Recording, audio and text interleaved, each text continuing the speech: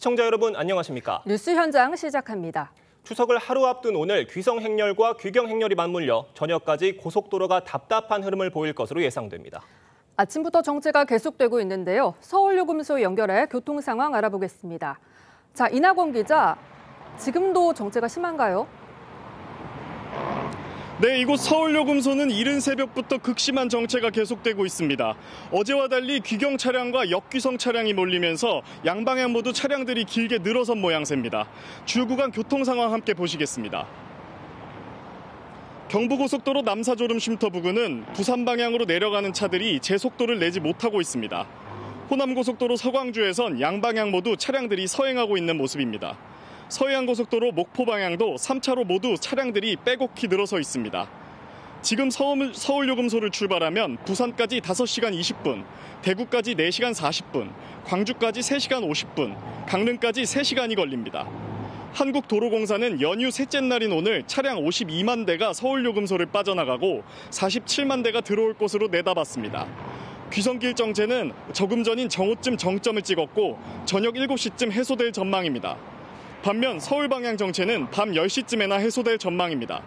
어제부터 적용된 전국 고속도로 통행료 면제는 오는 18일까지 적용되고 버스 전용 차로는 아침 7시부터 새벽 1시까지 운영됩니다. 지금까지 서울요금소에서 이낙원이었습니다. 미국 공화당 대선 후보인 트럼프 전 대통령에게 또 총격 사건이 발생했습니다. 유세중 총격으로 귀를 다친 뒤 2달 만입니다. 다행히 트럼프는 안전한 걸로 확인됐습니다. 용의자는 도주 끝에 체포됐는데 수사당국은 암살 시도에 무게를 두고 있습니다. 자세한 내용 이정민 기자가 보도합니다. 골프장 주변이 경찰 통제 중입니다. 현지 시간 15일 낮, 공화당 도널드 트럼프 대선 후보가 플로리다에 있는 자신의 골프장에서 골프를 치던 중 총격 사건이 발생했습니다. 경호국 요원들이 골프장 밖 울타리 쪽에서 무장한 남성을 발견해 총격을 주고받았습니다. 당시 남성은 약 400m 거리에서 트럼프를 조준했던 것으로 전해졌습니다. Former President Donald Trump is safe and unharmed. The U.S. Secret Service personnel opened fire on a gunman located near the property line. 용의자는 총격 후 차를 타고 도주하다 고속도로에서 체포됐습니다. 용의자가 있던 덤불에선 AK-47 유형 소총과 배낭 2개, 촬영용 카메라가 발견됐습니다. 용의자는 하와이 출신 50대 백인 남성인 라이언 웨슬리 라우스로 건설 노동자로 일했고 경범죄로 8번 체포된 전력이 있습니다. 앞서 SNS에 2016년 대선 때 선택한 트럼프에 크게 실망했다는 글을 올렸고 과거 우크라이나를 위해 싸울 사람을 모집했던 것으로 전해졌습니다. 당국은 암살 시도에 무게를 두고 있습니다. 백악관은 바이든 대통령과 해리스 부통령이 보고를 받고 트럼프의 안전에 안도했다고 밝혔습니다. 해리스는 트럼프가 안전해서 기쁘다며 미국의 폭력을 위한 자리는 없다고 규탄했습니다. TV조선 이정민입니다. 미 공화당 대선 후보인 도널드 트럼프 전 대통령에 대한 두 번째 암살 시도 사건이 발생하면서 50일 앞으로 다가온 미국 대선 또 한 번 출렁이고 있습니다.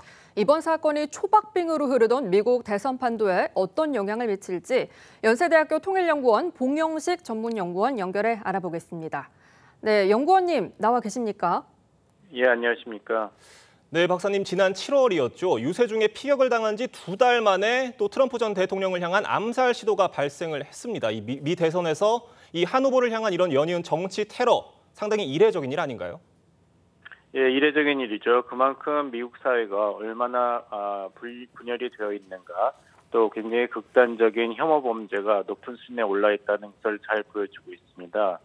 그런 미국 국민들의 불만에 편승해서 이제 트럼프 공화당 대선 후보가 이번 선거를 바이든 행정부, 실패한 그리고 무능한 바이든 행정부의 정권 심판론으로 몰아가고 있는데 그만큼 이런 극단적인 정책인 수사, 구호가 난무하는 판에서는 트럼프 후보에 대한 이런 극단적인 그런 행동들도 나타나고 있습니다. 네, 지난 7월 총격 사건 땐 이 트럼프 전 대통령의 지지 세력이 결집한 걸로 나타났는데요. 특히 이번에는 범인이 현장에서 체포가 되면서 사건의 전모가 밝혀질 경우 파장이 만만치 않을 거란 전망 나오는데요. 실제로 표심에 미칠 영향 어떻게 예상을 하십니까? 별로 크지 않을 것이라고 보입니다. 말씀하신 대로 지난번 7월 13일 피격 사건은 미수에 그치긴 했습니다만은 트럼프 후보가 총에 맞는 그런 굉장히 불행한 사건, 위협한 상황이 벌어졌죠. 그렇지만 이번에는 다행히 이런 시도가 실제 시도로 이어지진 않았고 경호국 요원들이 성공적으로 대처해서 그 라이언 웰슬리 루스 범행을 시도한 용의자가 네. 바로 검은색 닛산 자동차로 도망을 가다가 체포가 됐습니다. 그래서 사실상 이번 사건의 배후는 어느 정도 충분히 밝혀진 셈이기 때문에 그 정보가 어떤 민주당이 연관이 돼 있다거나 아니면 어떤 조직적인 범죄이라는 것이 나오지 않는다면은 트럼프 공화당 선거 캠페인 측에서도 이 사건을 지나치게 확대할 수는 없습니다. 왜냐하면 계속 이 사건을 확대하다 보면은 공화당 지지층이 굉장히 중요하게 생각하고 있는 추정헌법 2조에 명시된 총기 소지의 자유를 제한하더라도 이런 총기 사건을 방지하기 위해서 좀 더 강화된 조치가 필요하다는 민주당의 주장을 인정하는 그런 결과가 나오게 됩니다. 그렇다면 이제 대선 가도에 공화당 캠페인팀이 여러 가지로 곤란을 겪기 때문에 이 사건에 대해서는 나는 어떤 상황에서도 굴하지 않을 것이라는 식으로 이야기한 트럼프가 얼마나 강한 지도자인지 그리고 내가 이번 대선에서 승리할 것이 확실하기 때문에 이런 위법과 폭력을 통해서라도 나의 대선 가도를 저지하려고 한다 해서 본인의 그런 대승론을 강조하는 선에서 그칠 것으로 보입니다. 네, 박사님, 그런데요. 지난 미 대선 후보 토론 이후에 이 공화당 내에서도 부정적인 반응이 쏟아졌었고요. 트럼프 전 대통령이 위기에 몰렸다는 분석들 나왔었는데 이 트럼프 전 대통령이 이 사건을 향후 선거전에서 어떻게 전략적으로 활용할지도 관심입니다. 어떻게 보시나요? 말씀드린 대로 나는 하늘이 선택한 후보다. 두 차례나 피습이 있었지만 생명을 건졌다. 이런 식의 담론을 트럼프 후보가 계속 강조할 것으로는 보입니다.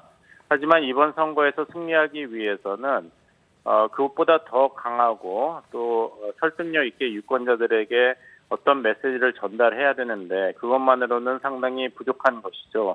이제까지 트럼프 공화당 후보가 선전을 할 수 있었는데 가장 중요한 것은 지난 3년 반 동안 살인적인 물가 그리고 국경 보안 실패 이런 것에 대한 바이든 행정부에 대한 유권자들의 불만을 최대한도로 공략했기 때문입니다. 그래서 이번 선거를 바이든 행정부 정권 심판론으로 몰아갔고 그것이 공화당 트럼프 후보가 약진하는 데 큰 기여를 했습니다.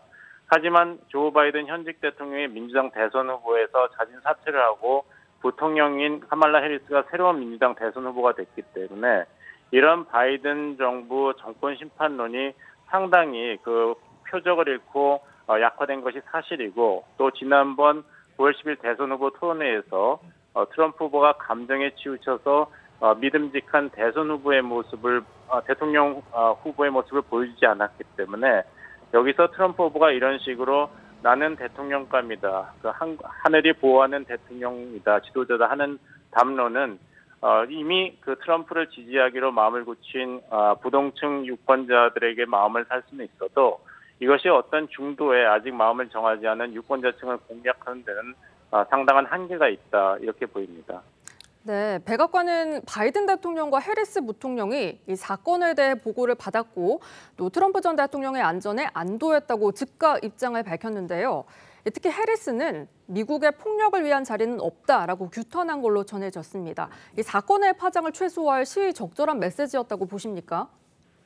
민주당 입장에서는 그렇습니다. 왜냐하면 지난번에 7월 13일 총격 피습 사건이 있었을 때도 그렇고 트럼프 후보의 사법 논란이 있었을 때도 민주당 측 그리고 조 바이든 백악관 측에서는 이것이 이제 정파적으로 해석되는 것을 경계하는 입장을 보였습니다. 트럼프 후보 측에서는 내가 대선에 승리하는 것을 방해하기 위해서 백악관과 민주당이 조직적으로 행동하고 있다는 음모론을 계속 제시해왔지 않습니까? 그래서 여기서 민주당과 백악관은 트럼프에 대한 어떤 그런 폭력적인 행동도 우리와는 상관없다고 깔끔하게 선을 그어야 될 이유가 있었던 것입니다.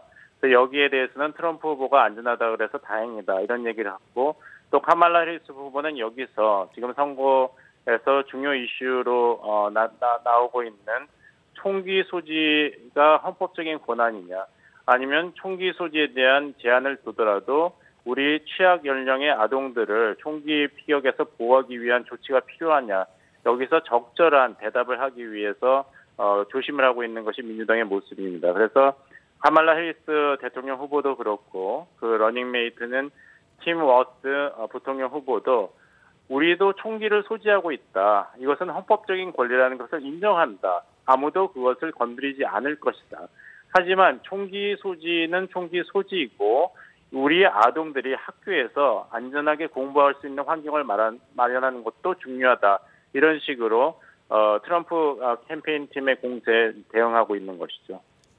네, 박사님, 지난번에는 야외 유세장에서 피격 사건이 발생을 했잖아요. 당시에 이 비밀 경호국의 경호가 논란이 됐었는데 이번에는 네네. 골프장에서 골프를 치던 도중이었고 이 비밀 경호국이 범인을 미리 발견을 하면서 미수에 그쳤습니다만 이렇게 재차 암살 미수 사건이 발생한 만큼 이 비밀 경호국의 경호가 적절했는지 논란 피하기 어려워 보입니다. 어떻게 보시나요?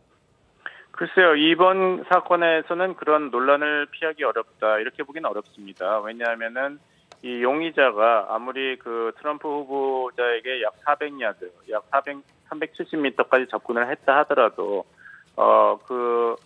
보안 당국이 설명하듯이 이번 사건이 실제 시대로 이루어지지 않고 미수로 그쳤다는 점, 그리고 제보를 받고 즉각적으로 행동을 해서 그 용의자에게 그 보안 요원들이 경호국 요원들이 총기를 발사해서 차단을 한 점, 그리고 제보를 바탕으로 검은색 닛산 차를 타고 고속도로로 도망을 가던 용의자를 즉각 검거한 점을 종합해 봤을 때는 이것이 경호 실패로 비판받기에는 좀 무리가 있지 않은가 싶습니다.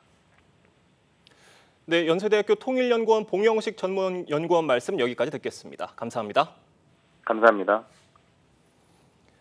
윤석열 대통령도 추석 연휴를 맞아 어제 경찰서와 소방서를 찾았습니다. 쉬지 못하고 근무하는 공무원들을 격려하면서 추석 특별 방범 구급 대책을 점검했는데요. 황선영 기자가 보도합니다. 112 상황실에 앉아 무전기를 켠 윤석열 대통령이 지구대와 파출소 근무자들의 안부를 묻습니다. 여러분들 덕분에 국민들이 아주 편하게 연휴를 보내고 계십니다.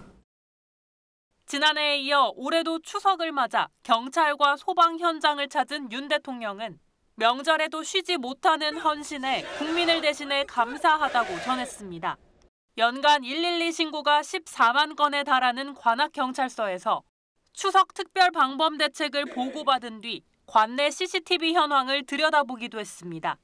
요건 관악입니다. 그리고 구급차도 현재 위치.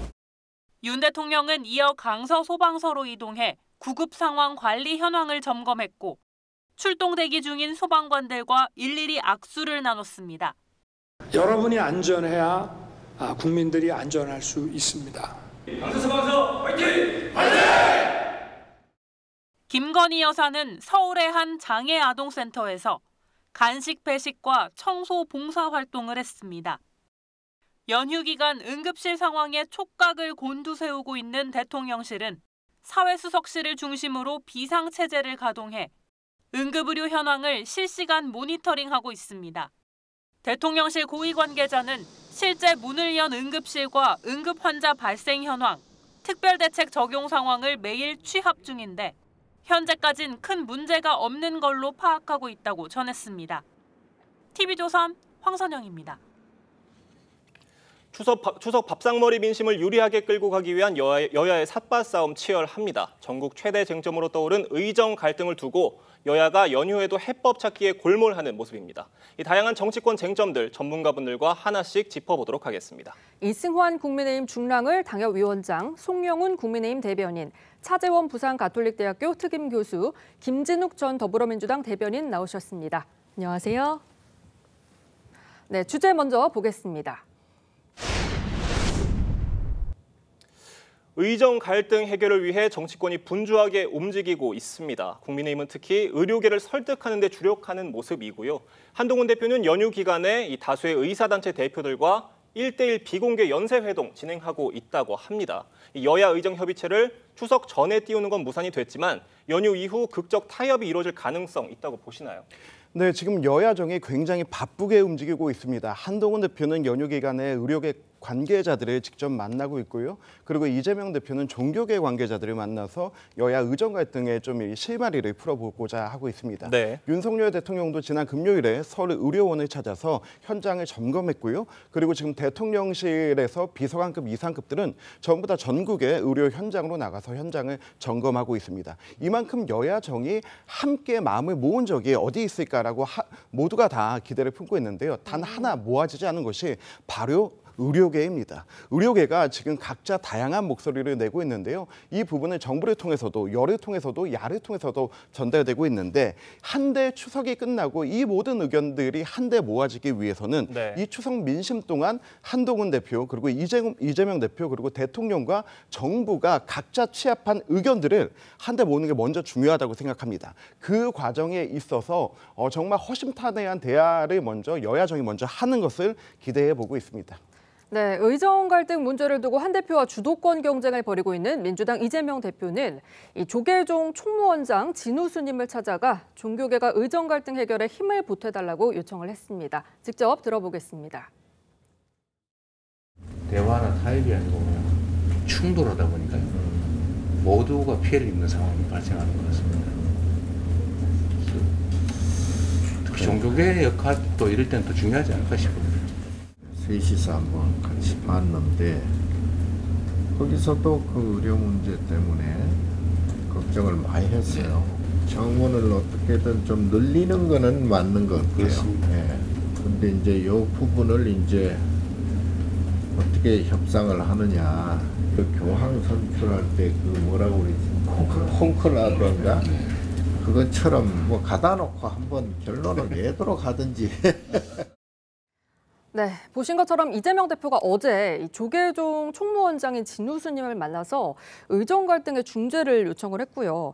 이번 추석 연휴를 기점으로 해서 다른 지도자들도 만날 예정이라고 하는데 이번 사태 당사자인 의료계를 만나기보다는 이렇게 주변의 중재를 요청하는 모양새예요. 이 대표의 이런 행보가 좀 사태 해결에 도움이 된다고 보시는지요? 뭐 전혀 도움이 안 된다고는 이야기를 할 수 없겠죠. 지금 그 종교계 어르신들이 이 상황에 나서서 적극적으로 중재 역할을 해서 꽉 막혀 있는 이 협상의 교착 국면을 좀 더 부드럽게 풀 수 있는 윤활유 역할을 해달라는 것이 지금 종교계 지도자를 만나는 이유이기 때문에 뭐 그런 부분들이 상당히 그러니까 지금 이재명 대표의 추석의 행보의 를 이렇게 뭐랄까요 폄하할 그 사안은 아닌 것 같아요. 그러나 다만 아쉬운 부분은 분명히 있죠. 그러니까 제1야당 그리고 이 압도적인 가반의석을 갖고 있는 야당의 그 지도자로서 좀 더 의료계와 직접적으로 나설 필요가 있지 않나 하는 뭐 지적은 뭐 저는 이재명 대표가 기울일 필요는 있다고 봅니다만 나름으로 남아 있는 생각을 할 것 같아요. 지금 이제 이 지금 당정이 지금 현재의 의료 대란을 풀기 위한 나름대로의 의견 일치를 지금 못 보고 있다. 예를 들면 지금 한동훈 대표 같은 경우는 2025학년도 그러니까 당장 내년에 지금 의대 정원도 사실 원점에서 논의할 필요가 있다는 지금 메시지를 내놓고 있는데 여기에 대해서는 정부가 다른 이야기를 하고 있잖아요. 그렇기 때문에 야당의 입장에서는 이러한 부분들이 쉽게 나서기 힘들다. 그리고 또 특히 야당 대표가 나서서 의료계와의 뭔가 면담을 통해서 뭔가 구체적인 확실한 약속을 할 수 없다는 그런 부분들이 아무래도 종교계 쪽을 먼저 이렇게 나서는 이유가 아닐까라는 생각이 듭니다. 예. 송영훈 대변인께 질문 드려보겠습니다. 그 야권에서는요, 정부가 전향적으로 나서지 않아서 추석 전에 이 여야 의정 협의체 출범이 무산됐다 이런 지적인데 연휴 이후에 정부 여당을 상대로 한 야권의 책임론 공세 더 거세질 거란 전망 나옵니다. 어떻게 보시나요? 그런 책임 공방을 야권에서 아주 거세게 할 것으로 예상이 되죠. 그런데 그것은 너무나 그 예상 가능한 정치적으로 쉬운 수라고 생각합니다. 지금 이 그 의료 현안은요. 국민의 생명과 안전이 걸린 문제 아니겠습니까? 국민이 죽고 사는 문제 앞에서 지금 여야가 책임을 따지고 서로 내 탓이다라고 손가락질할 그런 상황이 아닙니다. 오히려 책임 있는 정치 세력, 책임 있는 정치 지도자라고 하면 지금 대화가 빨리 성사될 수 있도록 의료계를 직접 설득하고 대화의 장으로 이렇게 초청하는 것에 힘을 기울여야 되죠. 그런데 네. 여기서 지금 남 탓을 하고 있으면 국민들께서 그런 남 탓의 이면에는 다 정치적인 계산, 주판을 튕기는 것이 다 보일 것이다. 저는 그런 생각이 듭니다. 그래서 지금이라도 이재명 대표와 민주당이 뭐 종교계 지도자 찾아가시는 것도 좋습니다. 그러나 직접 의료계를 만나서 설득하고 대화의 장으로 이끌어주시는 노력이 필요하다. 그런 말씀 드리고 싶습니다. 네, 그런데 지금 여야 의정 협의체에 전공의 참여를 두고서 의료계 내분도 격화하는 그런 분위기인데요. 이 전공의 참여 여부를 두고서 지도부들 간에 좀 격한 그런 발언이 오가면서 좀 험악한 상황이 연출이 됐다고 하거든요. 이 여야 의정 협의체가 제대로 출범을 하기 위한 선결 과제가 뭐라고 보십니까? 일단 그 여야 의정 협의체에서 기본적으로 의제 제한을 두지 말고 모두가 참여해서 한번 이 문제를 진지하게 논의해보자라고 하는 취지에 대해서는 아마 대체적으로 공감대가 좀 이루어지고 있는 것 같아요. 그러나 이제 의료계에서 지금 먼저 선결 조건들을 제시하고 있는 게 있지 않습니까? 세 가지 정도로 요약이 되는데 첫 번째는 그 의제 중에서 2025학년도 이 그 지금 수시 모집까지 마무리가 된 상태에서도 이 부분에 대한 원점 재검토도 다시 논의해 볼 수 있는 거 아니냐. 네. 그것도 의제에 올려달라 이런 얘기가 하나 있고요. 두 번째는 지금 어쨌든 대통령께서 이 의료 개혁을 추진하는 과정 속에서 정부가 좀 일방적으로 좀 밀어붙이기 식으로 추진했던 부분들에 대한 사과가 좀 먼저 선행돼야 되는 거 아니냐 이런 게 있고 세 번째로는 이제 그런 차원에서 장차관에 대한 어떤 경질을 요구하는데 저는 이 세 가지들 중에서 뭐 경질이라는 표현보다는 어쨌든 지금 새롭게 여야 의정 협의체가 구성되는 마당이니까 대화의 협상 파트너를 좀 교체해 본다라는 취지에서 뭐 어떤 그동안의 책임을 잘했다 잘못했다를 묻는 것보다는 그런 식으로 한번 좀 바꿔볼 수 있지 않을까라는 생각이 들고 그런 유연함 정도 있어야 될 것 같고요. 특히 25학년도에 대해서도 지금 수시가 진행이 되고 있습니다만 이 부분도 일단은 논의해보자. 논의의 대상이 된다라고 해야 되는데 정부 안에서 지금 대통령실이나 지금 그 한덕수 총리 같은 경우에는 이 부분은 이미 논의의 대상에서 완전히 빠지는 거다라고 이제 메시지가 나오다 보니까 이 그 정부와 여당의 메시지가 지금 약간 혼선이 있다. 이게 조율이 빨리 될 필요가 있는데 이 부분에 대해서는 이번 연휴 기간 안에 일단 당정이 먼저 조율을 빨리 끝내는 것이 좀 우선적이지 않을까라는 생각이 듭니다. 네. 이런 상황에 전공의들 입장도 있습니다. 이 대다수 전공의들은 정부의 전향적인 입장 변화가 없으면 복귀하지 않겠다 이런 입장인데 그래서 이제 의료 공백 사태가 예상보다 더 길어지는 것 아니냐 이런 우려도 나오고 있어요. 정말 심각한 상황입니다. 하지만 한 가지 꼭 기억해줬으면 하는 부분은 맨 처음 윤석열 정부가 의료개혁을 들고 나왔을 때 국민 77%가 찬성을 했습니다. 그 이유는 무엇이냐면 두 가지 목적이 분명했기 때문입니다. 첫 번째, 의사 수는 증원되어야 되고 그리고 두 번째, 전국 어디서나 동일한 의료 혜택을 받을 수 있어야 된다. 이 기조 아래 장기적 지금 의료개혁이 진행되고 있다는 부분을 좀 다시 기억했으면 좋겠습니다. 그리고 또 하나, 의료개혁의 완성은 의사 수 증원에서만 끝나는 것이 아닙니다. 정말 중요한 게 하나 더 남아있는데요.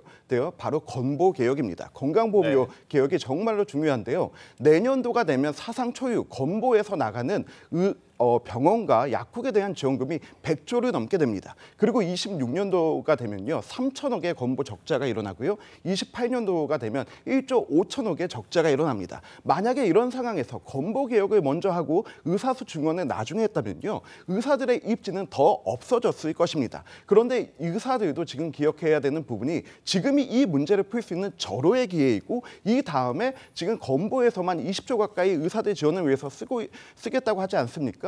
이 기회를 의사들도 좀 활용해야 될 텐데 여기에서 의사단체가 해야 될 첫 번째는 다른 거 아닙니다. 그냥 이 의사단체들 간의 의견을 먼저 조율하는 단계거든요. 여기서 전공의협회도 중요하고요. 현재 의사협회도 중요하고 그리고 또 간호사협회도 중요한데요. 지금 이 큰 의료개혁이라는 큰 틀 안에서 지금 의사들이 취할 수 있는 가장 절호의 기회라는 것 그리고 그 이익을 논할 수 있는 기회라는 걸 좀 다시 한번 상기해 주기를 기대해 봅니다. 네, 다음 주제도 보겠습니다. 추석 연휴 밥상 민심에 오를 또 하나의 주요 정치권 이슈는 사법 리스크일 텐데요. 심우정 신임 검찰총장 임기 첫날인 오늘 추석 연휴임에도 불구하고 출근을 해서 근무 상황을 점검했다고 합니다. 이 정치권을 뒤흔들기 충분한 민감한 사법 현안들이 산적해 있는 만큼 이 심 총장 그야말로 역대급으로 난도 높은 검찰총장 자리를 맡았다는 평가 나오고 있는데 송영훈 대변인님 어떻게 좀 평가하시나요? 법과 원칙에 따라서 직무를 수행하시면 큰 어려움이 없지 않을까 생각이 됩니다. 여야 정치권에 여러 사법 리스크가 존재합니다만은 그런 것을 검찰총장으로서 공명정대하게 오로지 법과 원칙에 따라서 어떠한 예외도 성역도 특혜도 없이 다룬다라고 하는 그 원칙을 분명하게 견지한다면은 저는 2년의 임기 동안 심우정 검찰총장에게 큰 어려움은 없을 것이다. 그렇게 전망합니다. 네, 심 총장 앞에 펼쳐진 굵직한 수사 상황들 하나씩 구체적으로 짚어보겠습니다. 당장 속도를 내고 있는 문재인 전 대통령 일가를 향한 수사가 대표적인 시험대가 될 듯한데요. 관련해 앞서 인사청문회에 나온 문 전 대통령 일가 수사에 대한 심 총장 발언부터 들어보겠습니다. 지금 현재 수사를 받고 있는 거 알고 계시죠? 지금 누가 수사하고 있는지 알고 있습니까? 예, 검사장은 알고 있습니다. 누굽니까? 박 검사장인데요. 예. 공교롭게도 두 분 다 윤석열 총장과 각각 윤석열 사단으로 평가된 사람들입니다. 이 사건 공정하게 수사되겠습니까? 저는 검찰 안에 무슨 사단이나 이런 거는 없다고 생각하고 이재명 대표는 2년이 넘도록 지하장천 수사하고 반면 김건희 도이치모터스 주가 조작사는 몇 년째 결론을 못 내리고 있고 문재인 대통령 전 대통령 사건 수사, 가족 수사 이거는 제가 검찰 경력 30년을 봐도 말이 안 됩니다. 이 사건 공정하다고 생각하십니까? 저는 이쯤이면 검찰은 이제 운명을 다했다. 이제 완전히 폐지한다고 생각하는데 동의합니까? 전혀 동의하지 않습니다. 지금 검찰을 폐지해야 된다고 말씀하셨는데 검찰이 지금 현재 모두 법과 원칙에 따라서 수사를 진행하고 있고 진행되는 수사는 법원의 사법적인 통제를 받아가면서 영장에 의해서 수사를 진행하고 있습니다. 네, 들어보신 것처럼 결국 이 심 총장이 이끄는 검찰이 문 전 대통령 일가 수사에서 어디까지 올라갈 수 있을지, 문 전 대통령 부부 소환까지 가능할지 이 부분이 정치권의 최대 관심사일 것 같아요. 어떻게 보시나요? 예, 검찰의 입장에서는 지금 아마 문 전 대통령의 수사가 불가피하다 그렇게 판단하고 있을 겁니다. 왜냐하면 최근에 있었던 문다혜 씨의 지금 집에 대한 압수수색 영장에 지금 문 전 대통령이 피의자로 지금 이렇게 적시돼 있다는 거잖아요. 그리고 실제 지금 검찰은 문 전 대통령의 사위가 타이스타젯에 그러니까 지금 취업이 된 것 자체가 일종의 그러니까 문다혜 씨 일가에 대한 이 뇌물로 이를 보고 있다는 것이죠. 그것이 제3자 뇌물이냐 아니면 직접 뇌물이냐에 대한 여러 가지 논란이 있습니다만 어떤 식으로든 뇌물이 오간 거로 이렇게 보이기 때문에 일단 문 전 대통령에 대한 수사는 불가피하다. 그렇다고 한다면 그 수사를 어떻게 할 것이냐. 사실 이 부분이 사실 고민인 것이죠. 전직 대통령에 대한 수사이기 때문에 직접 검찰청사로 지금 소환을 할 것이냐 아니면 이번 최근에 있었던 김건희 여사에 대한 수사처럼 제3의 장소에서 할 것인지 아니면 또 다른 식으로 그러니까 문 전 대통령의 자택이 있는 평사마을로 가서 이 방문 수사를 할 것인지 아마 그러한 이 방법론의 선택만 남아 있다는 생각이 들어요. 그렇다고 한다면 문 전 대통령이 여기에 대해서 어떻게 지금 이제 반응할 것이냐 여기에 따라 또 이 검찰의 수사가 상당히 또 나름대로 난항을 겪을 가능성이 있다고 봅니다만 저는 그런 문제보다 더 큰 문제가 사실은 지금 심우정 검찰총장이 새로 취임을 했습니다만 검찰의 수사에 대한 이제 독립성, 이제 일종의 정치적 중립성, 그것은 더 나아가서는 수사의 공평성과 형평성인데 이러한 부분들이 사실 김건희 여사를 둘러서 명백백 수사 자체가 지금 검찰이 일단 불기소하기로 했잖아요. 이런 부분들이 수사심의에서도 지금 그런 똑같은 의견이 됐기 때문에 그 결론이 내려지고 난 뒤에 전직 대통령의 수사에 대해서 상당히 민심이 여기에 대해서 뭔가 좀 형평성이 어긋난 거 아니냐 이렇게 볼 경우에는 검찰의 입장에서도 상당한 부담을 갖지 않을까 하는 생각이 듭니다. 네, 검찰 수사 결과 더 지켜봐야 될 것 같은데요. 문 전 대통령 일가 수사의 중요한 고리가 되고 있는 인물 이상직 전 민주당 의원에 대한 수사나 재판 결과도 주목이 되고 있습니다. 문 전 대통령과 이 전 의원의 친분 관계를 주장했었던 관련자들 목소리와 이 전 의원 목소리 이어서 들어보겠습니다. 이상직 의원은 이미 문 대통령이 당선 전부터 친분이 돼 있었어요. 네, 전남도 책임자를 맡았어요. 그래서 이미 공신이에요. 그래서 중진국 이사장을 시켰던 거지. 후보가 선출 안 되고 뭐 했을 때 우리가 큰 행사를 한 게 전략도였어요. 어마어마한 대성을 했잖아요. 나왔는데 갑자기 문재인 대통령이 물어본 기분이 좋았어요. 문재인 대통령을 3년 동안 청와대 모시겠어요. 3년 대통령이 모시다 보니까는 이 지역에 좀 활동이 좀 적었습니다. 근데 이제 1월달에 겨우 사표를 수리해줬습니다. 네, 이상직 전 의원을 둘러싼 주요 의혹들 가운데 대부분은 이미 법원에서 유죄 판단을 받은 그런 상황인데요. 이 부분 역시 문 전 대통령의 좀 소환 가능성을 높여주고 있다, 이런 분석이 나오고 있어요. 그렇습니다. 말씀하신 이상직 전 의원에 대한 법원의 여러 유죄 판결들 중에 특히 중요한 것이 올해 1월 24일에 1심 판결이 나온 그 타이 이스타젯 관련 배임 사건입니다. 네. 원래 문재인 정부 청와대에서는 이 이스타항공과 타이 이스타젯이 서로 관계없는 회사라는 그 이상직 전 의원 측의 해명에 기반해서 그런 입장을 유지해 왔거든요. 네. 즉 타이 이스타젯은 이스타항공의 현지 총판에 불과하고 무관한 회사라는 겁니다. 그런데 올해 1월에 나온 그 1심 판결에서 확인이 된 것이 결국은 이상직 전 의원의 자금으로 타이 이스타젯이 설립됐다는 거 아닙니까? 네. 그래서 배임 유죄 판결이 나왔고 그렇기 때문에 그 이후에 지금 수사가 급물살을 타서 여기까지 진행이 되고 있는 겁니다. 그리고 얼마 전에 이제 공판 전 증인신문 과정에서 문재인 전 대통령을 피의자로 적시해서 방어권을 행사할 수 있도록 통지도 하지 않았습니까? 이런 상황이기 때문에 이제 문재인 전 대통령에 대해서는 어떤 형태로든 조사는 불가피한 그런 상황까지 왔다고 볼 수 있고 문 전 대통령은 2016년 11월에 대구에서 대학생들을 모아놓고 시국 대화를 하면서 이런 말을 한 적이 있습니다. 대통령도 범죄 행위를 했다면 당연히 수사를 받아야 하고 퇴임 후에 불기소 특권이 없어진다면 엄정한 법의 심판을 받아야 한다, 이런 말을 남겼습니다. 네. 그 말대로라면은 본인이 아마도 적극적으로 조사에 임할 것이다, 이렇게 예상합니다. 김진욱 대변인께 좀 여쭤보겠습니다. 추석 연휴 직후에는 문 전 대통령의 딸 다혜 씨가 참고인 소환 조사를 받을 것으로 알려지고 있는 상황인데 검찰이 다혜 씨 소환 조사에서 주력하는 포인트 뭐가 있을까요? 아무래도 지금 특혜 채용 의혹이 뇌물 부분으로 이제 뇌물 혐의로 이제 넘어가는 거 아닙니까? 네. 그래서 지금 문다혜 씨에 대한 집 가택 압수수색이라든지 여러 가지 강제 조사를 지금 시행해 놓고 있는 상황인데.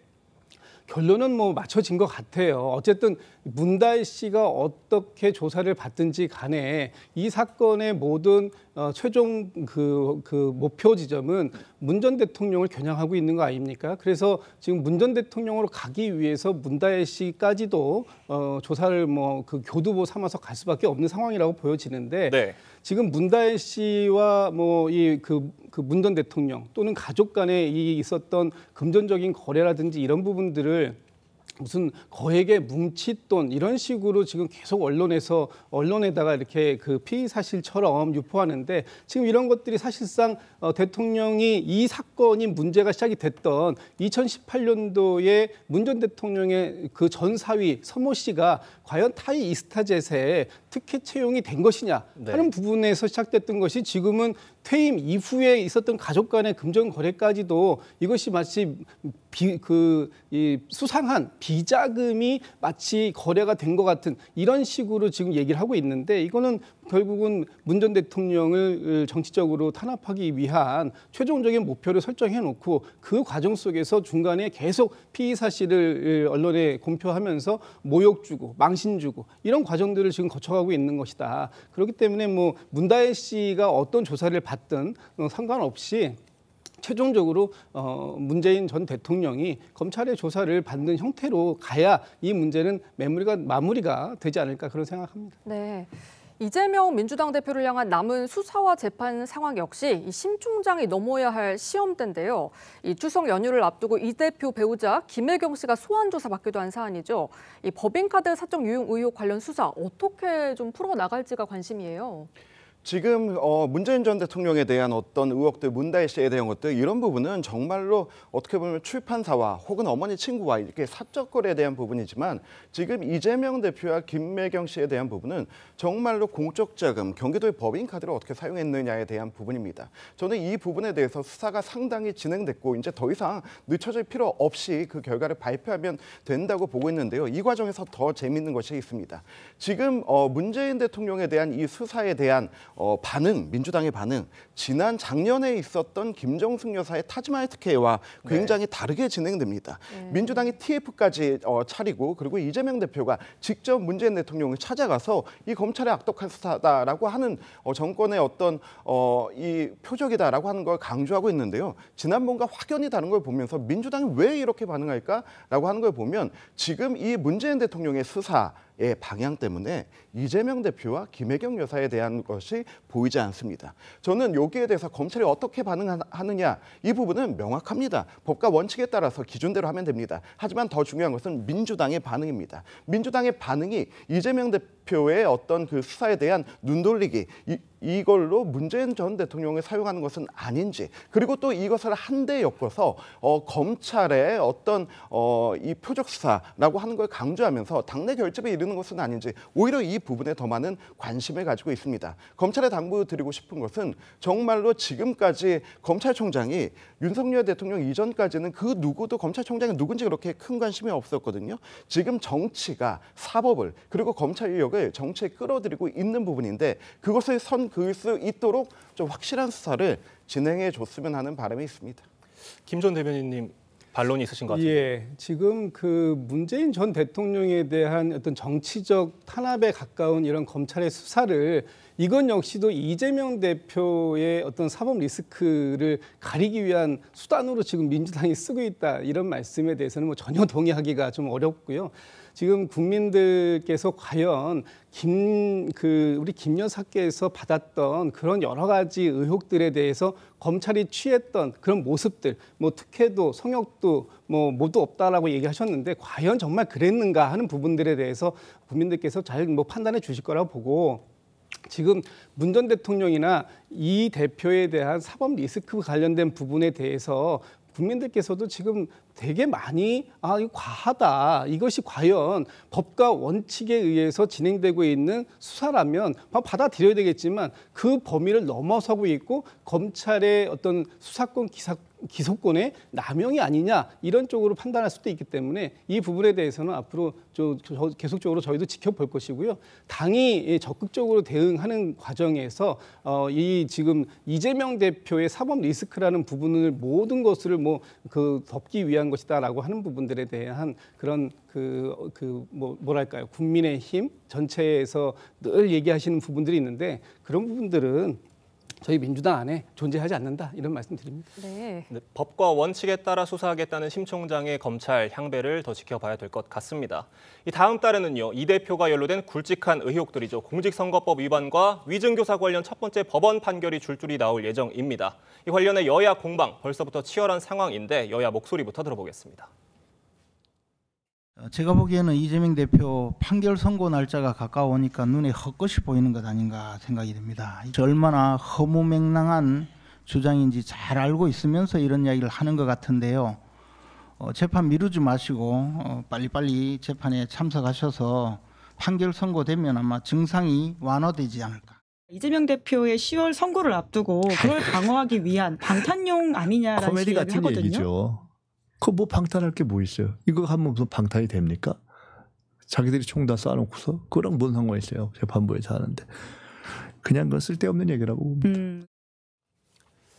그러니까 국민의힘에서는 지금 10월 위기설을 제기하면서 이 대표가 그 불안감 때문에 계엄 공세까지 들고 나왔다는 건데 10월 위기론 어떻게 좀 평가하십니까? 자, 지금 이재명 대표의 선거법 사건은 9월 20일 그리고 위증교사 사건은 9월 30일에 각각 변론 종결을 할 겁니다. 그러면 이제 선고 날짜는 10월 말 늦어도 11월 초 정도로 잡힐 걸로 예상이 되는데요. 네. 두 사건 모두 이재명 대표가 과연 유죄 판결을 피해 나갈 수 있을지 저는 매우 많은 의문이 듭니다. 일단 선거법 위반 같은 경우에 그 김문기 전 성남도시개발공사 개발 1처장을 몰랐다고 하는 발언은 4번이나 나온 거예요, 연속해서. 2021년 12월 22일부터 29일까지 4곳의 방송사에서 이재명 대표가 당시 대선 후보의 지위에서 했던 말입니다. 네. 그 전날에 뭐가 있었습니까? 김문기 전 1처장이 극단적 선택을 했잖아요. 그런 배경 하에서 본인의 대장동 사건과의 관련성을 부인하기 위해 했던 말입니다. 유죄 판결을 피하기가 상당히 어려운 사건일 것으로 보이고 선거법 위반으로 같이 기소되어 있는 그 백현동 관련해서 국토부의 협박을 받아서 용도 변경을 했다라고 하는 것은 지금 그것은 그 주장에 반대되는 그 관련 국토부 공문도 남아 있고 또 백현동 로비스트 김인섭 씨에 관해서 이미 2심까지 판결이 나온 상황입니다. 자, 그렇고 그다음에 위증교사 같은 경우는 녹음 파일이 이미 공개가 돼서 우리 국민들께서 많이 들어보셨을 겁니다. 이런 모든 상황 때문에 이재명 대표가 스스로도 유죄 판결을 피하기 어렵다고 생각을 하니 최근에 무슨 김종인 위원장을 만난다든가 또는 민주당에서 섀도우 캐비닛 이야기가 나온다든가 대단히 비정상적이고 이례적인 행보들을 보여주고 있다. 저는 그렇게 생각합니다. 아마 10월 말 11월 초가 되면은 우리 국민들께서 자연스럽게 그 결과를 보시게 될 것이다라는 말씀드립니다. 네. 이게 물론 뭐 1심 선고고 법적 최종 판결은 아닌데 이 처음으로 나온 법원의 판결인 만큼 그 후폭풍 거셀 수밖에 없을 것 같은데요. 만약 유의미한 유죄 판결이 나올 경우 이 대표 대권 과도에 비상이 걸리는 건 물론이고요. 민주당 내부 역학 구도에도 영향이 불가피할 것 같은데 어떻게 보십니까? 예, 실제 만약에 1심에서 유죄 판결이 나올 경우에는 상당한 아마 파장이 불가피할 거라고 저는 생각을 합니다. 이 무엇보다도 사실 이 지금 현재 1심 결과가 나온 것 중에 하나가 선거법과 관련된 재판이잖아요. 네. 선거법 재판의 경우 같은 경우는 사실은 이제 피선거권 박탈, 즉 향후 앞으로 대권에 도전할 수 있느냐 없느냐는 그 기준이 박탈되는 그 기준 자체가 너무 낮아요. 예를 들면 지금 선거법 같은 경우는 벌금 100만 원 이상이 형이 확정될 경우에는 내년 다음 대통령 선거에는 사실상 못 나가는 상황이 되거든요. 예. 그런 상황이 된다고 한다면 이재명 대표의 정치 위기는 정말 상당히 경각의 이 수준에까지 이제 다다른 것이고요. 무엇보다도 이 지금 선거법 같은 경우에 지금 100만 원 이상의 그러니까 벌금이 최종적으로 선고가 되면 사실은 민주당이 지난 대선 때 이 국고로부터 지급받았던 선거보조금 400억이 넘는 돈을 다시 반납을 해야 되는 그런 상황이기 때문에 민주당 입장에도 상당히 큰 타격이 불가피한 것이고요. 또 하나는 지금 위증교사 관련된 부분인데 이거는 권고 이상의 형이 유죄가 될 경우에는 피선거권이 박탈됩니다만 네. 무엇보다도 이 사실은 이 위증교사가 만약 유죄가 된다고 한다면 이거는 정치인으로서 가장 중요한 덕목인 신뢰가 상당히 그러니까 훼손될 수밖에 없는 그런 상황이기 때문에 사실 정치적으로 부담이 클 수밖에 없는 것이고요. 그리고 지금 제가 알기로는 아마 이 지금 선거법이든 위증교사 재판이든 1심 결과가 나오고 난 뒤에 만약 유죄가 나왔다고 한다면 아마 길어도 향후 10달 이내에는 2심이 끝날 가능성이 높다. 그렇다고 한다면 2027년 5월로 예정되어 있는 차기 대선 전까지 결론이 나올 가능성이 높다. 그렇게 된다고 한다면 이 대표의 정치 위기가 커질 수밖에 없는 것이지만 반대로 만약에 지금 앞서 우리 앵커께서 이야기한 데 유죄가 아니라 만약에 무죄 취지의 판결이 나온다고 한다면 말 그대로 이재명 대표 입장에서는 날개를 다는 꼴이 아닐까라는 생각이 듭니다만 예. 결론이 어떻게 나올지는 저도 알 수가 없기 때문에 일단 지켜보겠습니다. 질문 드려보겠습니다. 이 대표가 방금 말씀해 주신 것처럼 여러 가능성이 있는 겁니다만 무죄 혹은 정치활동에 지장이 없는 수위 선고 나오면 어떤 파장이 있을 걸로 예상하십니까? 그럴 리는 없겠지만 만약에 그런 일이 있다면 상상력의 영역으로 들어가게 될 텐데요. 저는 이재명 대표가 이 두 혐의를 모두 벗고 이제 무죄나 정치적 활동에 아무 지장 없는 판결을 받게 된다라고 하면 네. 저는 민주당이 곧바로 탄핵안을 발의할 것 같습니다. 그리고 이게 법적인 절차, 국회 안에서의 절차를 넘어서 마치 예전의 광장의 그 촛불 집회 같은 그 전국적인 흐름을 만들어내면서 저는 무정부주의에 가까운 대한민국은 국회 중심으로 돌아가는 일당 독재에 되는 그러한 대한민국의 대혼란이 일어날 것이라고 생각합니다. 이재명 대표가 이 부분에 대해서 만약에 1심에서 무죄나 이런 부분을 받는다 하더라도 검찰이 항소할 것이고 그렇다면 그 시간 동안에 또 다른 위협을 감수하기보다는 오히려 지금 어떤 혐의도 되지 않는 대통령을 최상병 사건이라든지 이런 부분으로 끌어내리게 해서 국민 여론을 바탕으로 끌어내리기를 시도하면서 무정부 상태로 만들고 그리고 나서 본인의 입지를 강화시키는 그리고 대선을 조금이라도 더 빨리 진행하려고 하는 그런 흐름이 있을 수밖에 없고 만약에 이렇게 된다면 대한민국 현대사에서 혹은 인류의 민주주의 이후의 현대사에서 겪어본 적 없는 저는 무정부 상태와 극심한 혼란이 있지 않을까 그런 생각을 해봅니다. 이승환 위원장님께서 무정부 상태라는 표현까지 써주시면서 전망을 말씀해 주셨는데 반론 있으신 것 같습니다. 뭐 이건 뭐 제가 반론을 안 드릴 수 없을 것 같아요. 지금 우리 이승환 위원장님께서 국민들의 불안감을 가중시키는 공포 마케팅을 하고 계시는 거예요.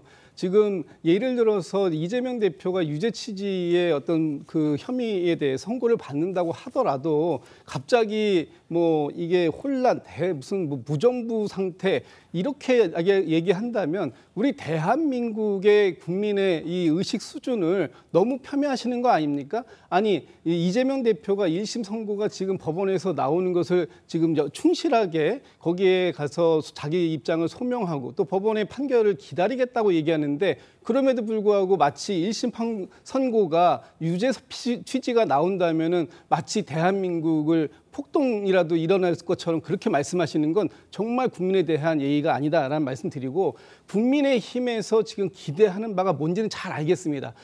가장 강력하고 가장 유력한 대권 주자인 이재명 대표가 사법 리스크를 통해서 대선 주자에서 빠져주기를 바라는 것이겠죠. 그러니까 모든 얘기만 나오면은 이재명 대표의 사법 리스크를 가리기 위한 방탄 아니냐 이런 식의 그 억지 주장을 하시는데 이제는 제발 그런 주장을 그만두시길 바라고 지금 중요한 건 지금 이 국민의힘에서 갖고 있는 많은 그 정책들 이런 부분들을 실현하기 위해서 야당을 어떻게 설득해서 야당의 협력을 이끌어낼 수 있을지에 대한 고민을 좀 하시기 바란다. 야당 대표 흔들기는 이제 더 이상 안 하셔도 된다. 이런 말씀 드리고 싶습니다. 이재명 대표가 대권 주자에서 좀 빠지기를 바라는 거 아니냐 이런 질문 주셨어요. 어떻게 생각하시나요? 사실상 빠져야 되는 것이 맞죠. 왜냐하면 지금 민주당과 야권은 계속해서 당 대표를 죽이기 위한 사법 리스크를 증폭시키고 있다라고 하는데요. 말이 잘못됐습니다. 원래 민주당의 당원 당규대로라면 기소만 돼도 당직을 할 수 없는 정당입니다. 그럼에도 불구하고 이재명 대표 한 명을 살리기 위해서 그런 모든 당원 당규까지 개정까지 하고 간 것이죠. 그리고 지금 이거 국민을 불안하게 하는 공포 마케팅 아니냐? 그 공포 마케팅의 절정은 바로 민주당의 계엄령 주장입니다. 저는 민주당이 왜 이렇게 계엄령을 주장하나 생각해 보면 10월 달, 11월 달에 분명히 이재명 대표는 법적 선고를 받을 것입니다. 그렇게 된다면 이것도 사법살인이다라고 하면서 제2의 광장을 준비하고 있을 텐데요. 그때 경찰력과 또 필요한 공권력이 개입할 수밖에 없는데 저는 그때 민주당이 이것이 바로 계엄령이다라고 하는 주장을 하기 위해서 지금 빌드업하고 있다고 봅니다. 네, 10월 선고 결과 지켜봐야 될 것 같습니다. 지금까지 정치권 쟁점 짚어봤습니다. 감사합니다.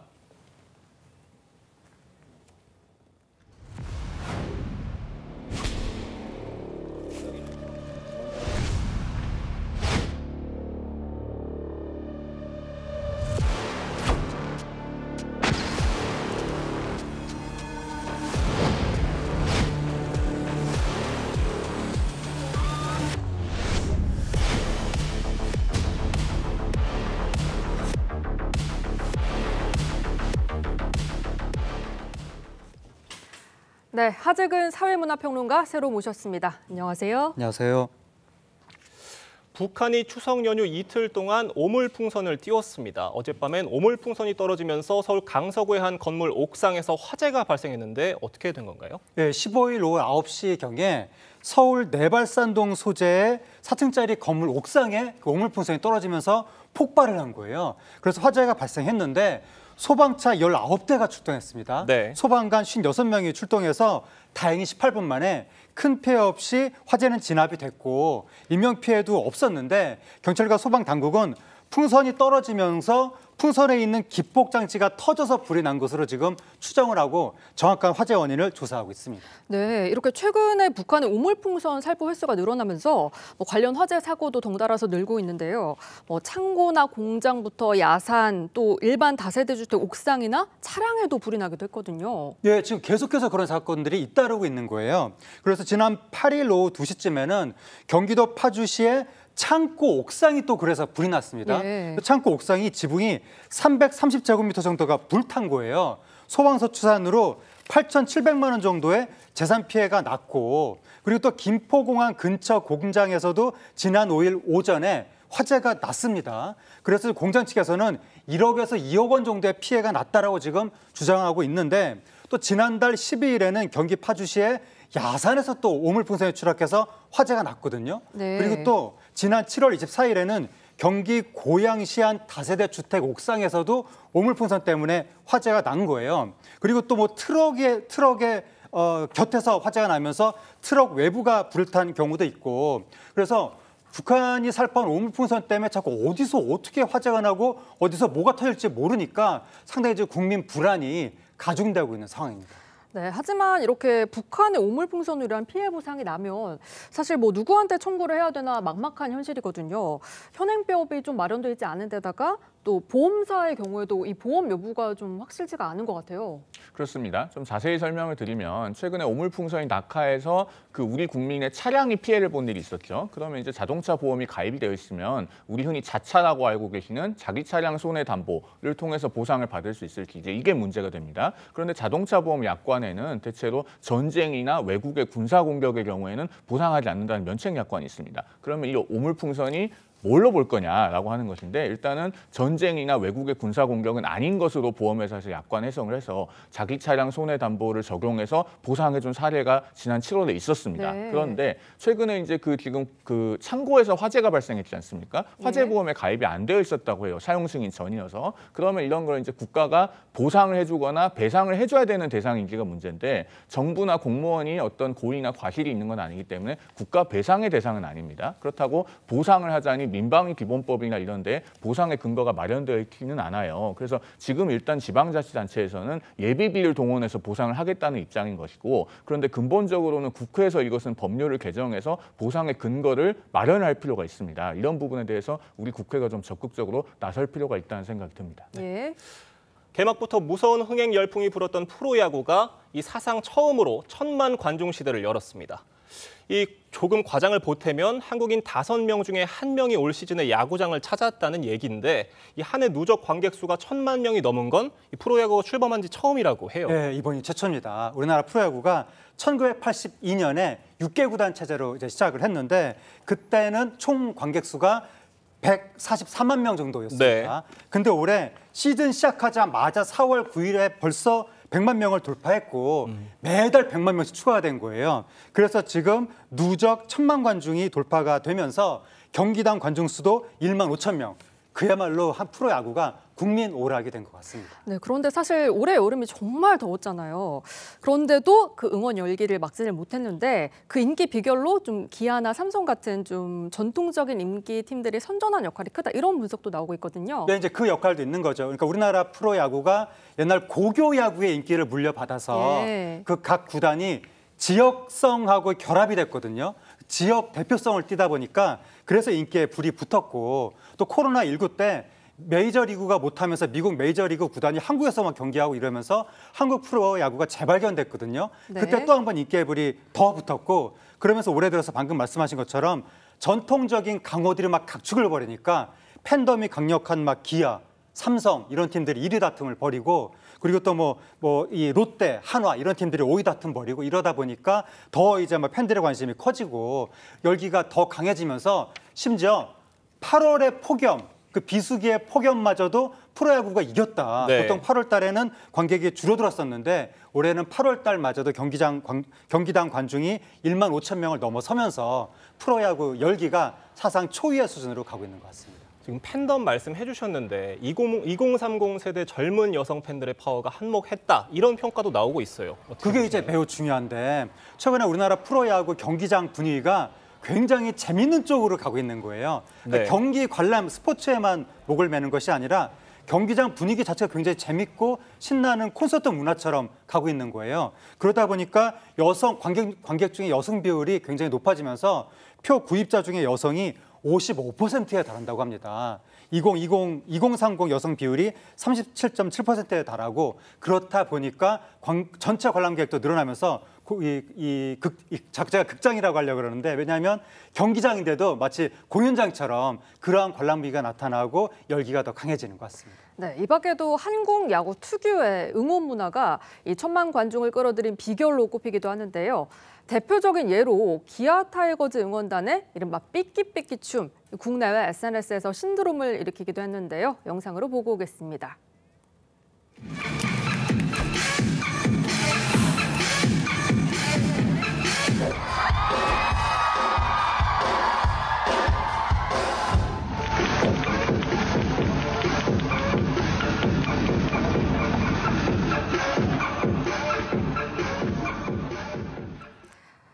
네, 외신에서 이 삐끼삐끼 춤을 집중적으로 조명을 하면서 한국 프로야구 응원 문화가 특별하다 이런 평가를 하기도 했거든요. 어떻게 보셨습니까? 네, 그 뉴욕타임스가 저 한국 치어리더 영상이 인터넷에서 뭐 조회수가 뭐 수백만 건 달한다라고 네. 하면서 인기 조명을 했는데 저 삐끼삐끼가 기아 투수가 상대편한테 삼진을 딱 시켰을 때 상대편을 조롱하는 춤이거든요. 근데 미국 메이저리그에서 상대편 조롱을 절대 못하거든요.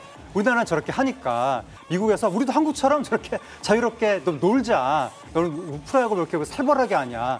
이런 얘기가 나오면서 한국 프로야구는 마치 록 콘서트 같다. 승부에만 연연하는 것이 아니라 경기장 자체를 즐긴다. 이런 이야기가 외신에서도 나오고 있는 거예요. 그런 분위기 때문에 여성 관람객도 많아지면서 전체적인 관중 수가 늘어나고 있는 것 같습니다. 네, 말씀 감사합니다. 하재근 평론가, 송영훈 변호사님과는 여기서 인사 나누겠습니다. 감사합니다. 감사합니다. 때 아닌 가을 폭염이 이어지면서 추석 연휴 동안 33도 안팎의 늦더위가 계속되고 있습니다. 현재 강원도를 제외한 전국 대부분 지역에 폭염특보가 내려진 가운데 충남과 호남 지방에는 폭염경보로 확대돼 내려졌습니다.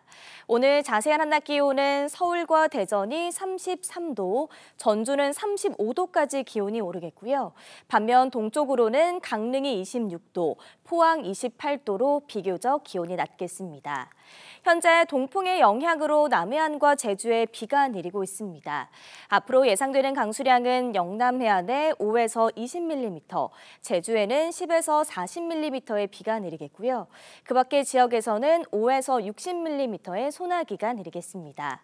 추석 당일인 내일 전국 대부분 지역에 소나기가 지난 뒤 구름 사이로 보름달을 만날 수 있겠습니다. 서울을 기준으로 오후 6시 17분경 보름달이 떠오를 것으로 보입니다. 연휴 마지막 날인 수요일에도 소나기가 내리겠습니다. 날씨였습니다. 9월 16일 월요일 TV조선 뉴스 현장은 여기까지입니다. 함께해 주신 여러분 고맙습니다.